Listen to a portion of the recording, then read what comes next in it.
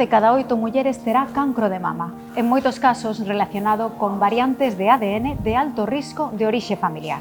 A herdanza xenética é tamén moi relevante no cancro de ovario, xa que está detrás do 20% dos casos. Como todos os cancros, ocorren cando as células se dividen sen control, neste caso na mama ou no ovario. Si, de feito, todas as persoas temos xenes que controlan o crecemento e a división das nosas células. Actúan como protección contra o cancro.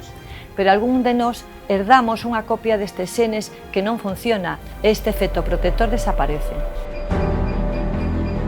No caso dos cancros de mama e de ovario, trátase especialmente de 3 xenes, que serán sometidos a un cribado de mostras de ADN grazas ao proxecto Xenoma Galicia. Identificar as persoas que teñen especial risco de desenvolver estes cancros permitirá facer un seguimento específico. Isto é moi importante porque se estima que a detención temperá pode reducir a mortalidade por cancro de mama entre un 25 e un 31%.